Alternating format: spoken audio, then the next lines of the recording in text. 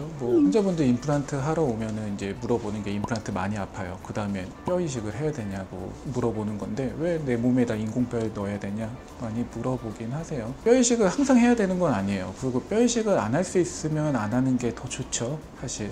뭐 인공뼈를 넣는 게 꼭 필요한 건 아니니까. 근데 어떤 경우에 뼈 이식을 하냐면은 먼저 뼈 이식에 대해서 알려면 이제 잇몸과 잇몸뼈에 대해서 어느 정도 알아야 되는데, 뭐 잇몸은 다들 아시죠? 치아 밑에 이렇게 선홍색 색깔 나는 살조직, 그리고 잇몸 밑에는 치아의 뿌리를 잡아주는 뼈가 있어요. 그러니까 잇몸뼈는 치아의 뿌리를 딱 잡아주는 역할을 하고, 잇몸은 그 잇몸뼈를 덮어서 뭐 세균 같은 게 들어가지 않게 방수 방어막 같은 역할을 한다고 하면 돼요. 그래서 예를 들면 충치 때문에 치아가 머리가 썩어서 딱 뽑으면 안에가 깨끗해요. 그럼 뼈 이식 없이도 문제없이 임플란트를 심을 수 있는데, 보통 뼈 이식이 필요한 경우는 치주 질환, 그러니까 잇몸 질환 있잖아요. 잇몸병이 생겨서 잇몸뼈가 망가진 경우에 뼈 이식이 필요하게 돼요.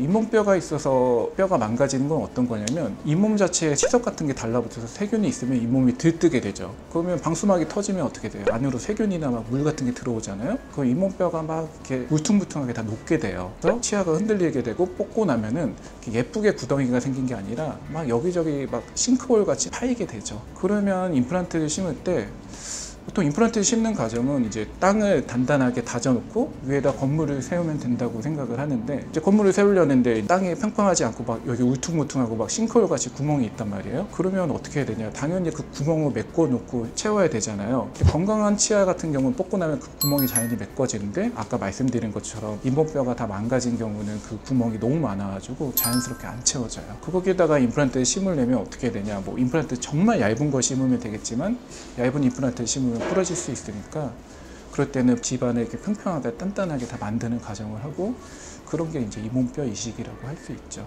그래서 보통 젊은 사람들이 잇몸뼈 이식을 잘 안 하는 이유가, 젊은 사람들은 충치 때문에 망가지는 경우가 많지, 풍치라고 하는 잇몸 질환 때문에 치아가 흔들려서 뽑는 경우가 별로 없어요. 그런 사람들은 이제 뽑고 나면 안에 깨끗하니까 그냥 바로 임플란트를 심는 거고, 보통 60대 70대에 치아를 뽑게 되는 이유는 풍치라고 해서 뼈가 다 녹아서 여기저기 구덩이가 파이고 흔들려서 뽑는 거니까, 그런 경우는 대부분 잇몸뼈 이식을 하게 되죠. 뼈 이식을 했을 때 어떤 그 기간에 좀 차이가 있을까요? 그렇죠. 기간의 차이가 있는데, 우리가 어떤 뼈를 넣고 새로운 뼈가 생성됐을 때 뼈는 처음에는 차는 단계가 있고, 그 다음에 이게 단단해져서 성숙되는 단계가 있거든요. 그래서 어떤 뼈를 넣었을 때 그게 성숙해서 단단해진 거를 논문상에 보면, 인간의 경우는 적어도 4개월을 기다려야지 뼈가 좀 단단해진다고 봐요. 그러면은 우리가 뼈 이식을 하고 임플란트 심었을 때 그 주위를 감싸는 뼈가 단단해지려면 4개월이 걸린다는 얘기잖아요. 새로운 뼈가 임플란트를 감싸는 경우에 그게 단단해지는 기간이 필요하거든요. 그래서 그런 경우는 뭐 길게는 4개월 더 걸릴 수도 있는 거죠.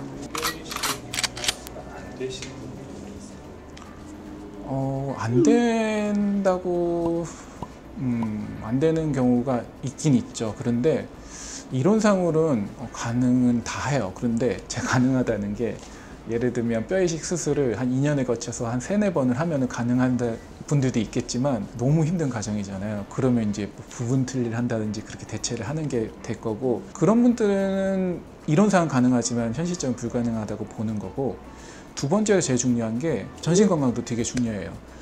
새로운 뼈가 생기려면 영양 공급이 돼야 되는데, 그 주위에서 피가 계속 공급이 돼야 되거든요. 그러니까 제가 당뇨가 되게 중요하다고 말씀드린 게, 당뇨라는 거는 피에 당성분이 있어서 끈적거리는 거잖아요. 그럼 피가 끈적거리면 혈관 내에서 자꾸 뭉쳐서 혈액 공급이 잘 안 돼요. 그게 큰 혈관은 좀 덜한데, 말초혈관은 잘 막히거든요.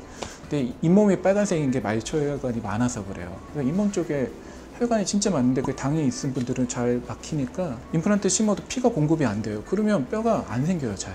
그러니까 그런 분들은 뼈 이식을 해도 자기 뼈가 안 되니까 푸석푸석하고 또 임플란트 빠지게 돼 있기 때문에, 그런 분들은 사실 뼈 이식을 하고 임플란트 하는 것 자체가 불가능하죠. 난 당뇨가 있고 그런데 조절이 잘 된다 그러면 크게 걱정 안 해도 되는데, 너무 조절이 안 되는 당뇨를 오랜 기간 동안 앓고 있다 그러면 임플란트 하기 전에 그런 전신 질환부터 고치고 하는 게 맞겠죠. 예를 들면 내가 자원봉사한다 그러면 그 가격을 낮출 수 있겠지만, 그렇지 않다면은 아무래도 의사한테 들어가는 인건비를 줄이기 위해서 조금 경험이 낮은 페이 원장님들한테 조금 개수를 많이 늘려서 한다든지,